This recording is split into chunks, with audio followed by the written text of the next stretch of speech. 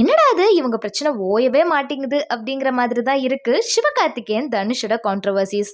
ஆமாங்க, இப்போ ரீசெண்டா கொட்டுக்காளி படத்தோட ட்ரெய்லர் லான்ச் ஃபங்க்ஷன்ல சிவகார்த்திகேயன் தனுஷ மறைமுகமா பேசினது தான் இப்போ சோஷியல் மீடியால வைரல் ஆயிட்டு இருக்கு.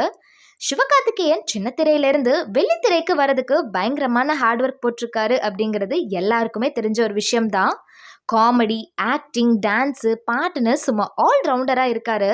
சொல்லப்போனா தளபதி விஜய்க்கு அடுத்து சிவகார்த்திகேயன் தான் கொடி கட்டி பறக்க போறாரு அப்படின்னு எல்லாரும் சொல்ற அளவுக்கு ஒரு நல்ல பொசிஷன்ல இன்னைக்கு சினி இண்டஸ்ட்ரியில இருக்காரு. இன்னொரு சைடு தனுஷ் சொல்லவே தேவையில்ல, பல வருஷமா ஆக்டிங்ல பயங்கர டெடிகேட்டடா ஒர்க் பண்றாரு.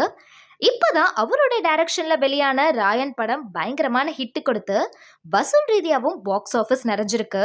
ஆடியோ லான்ச்ல அவரை பத்தி பேச, அதுக்கு இவருக்கு ரிப்ளை கொடுக்க, ஆமாங்க சிவகார்த்திகேயன் தனுஷை தான் சொல்லிட்டு இருக்கேன்.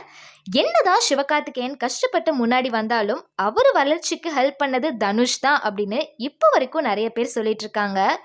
ஏன் தனுஷே கூட சில இடத்துல இன்டைரக்டா சிவகார்த்திகேயனை தாக்கி பேசியிருப்பாரு. சிவகார்த்திகேயன் கொட்டுக்காளி ஆடியோ லான்ச்ல பேசினது தான் இப்போ ட்ரெண்டிங். அதுல கொட்டுக்காளி படத்தோட டைரக்டர் வினோத்ராஜ் பத்தி சிவகார்த்திகேயன் பெருமையா பேசிட்டு இருந்தாரு.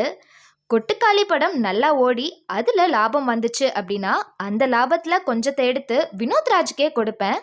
இன்னும் கொஞ்சம் லாபம் வந்தா அதை இன்னும் 2 வளர்ற டைரக்டருக்கு கொடுப்பேன். கொட்டுக்காளிக்கு அடுத்து எஸ்கே ப்ரொடக்ஷன்ல இருந்து நிறைய படைப்புகள் வரும்.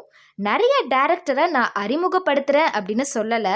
ஏன்னா நான் யாரையோ கண்டுபிடிச்சு நான் தான் உங்களுக்கு வாழ்க்கை கொடுத்தேன், இவங்களை நான் தான் ரெடி பண்ணேன் அப்படின்னு எனக்கு பேச தெரியாது, நான் சொல்ல மாட்டேன். ஏன்னா என்ன அந்த மாதிரி தான் சொல்லி பழக்கிட்டாங்க. அந்த மாதிரி ஆள் நான் இல்லை அப்படின்னு பேசியிருக்காரு. இந்த விஷயம் கண்டிப்பா தனுஷ்காக தான் பேசியிருப்பாரு அப்படின்னு எல்லாரும் பேசிட்டு வராங்க. இதுக்கு நிறைய பேர் எக்கச்சக்கமான விமர்சனம் பண்ணிட்டு வராங்க. இப்பெல்லாம் ஆடியோ லான்ச் அப்படிங்கிறது ஒருத்தரை வச்சு செய்யறதுக்காக தான் அப்படிங்கிற மாதிரி போயிட்டு இருக்கு. வெயிட் பண்ணி பார்க்கலாம் இந்த சண்டை எங்க போய் முடிய போகுது அப்படின்னு. சிவகார்த்திகேயன் பேசினதை பத்தி உங்களோட கருத்து என்ன அப்படிங்கறத மறக்காம கமெண்ட் செக்ஷன்ல கமெண்ட் பண்ணுங்க.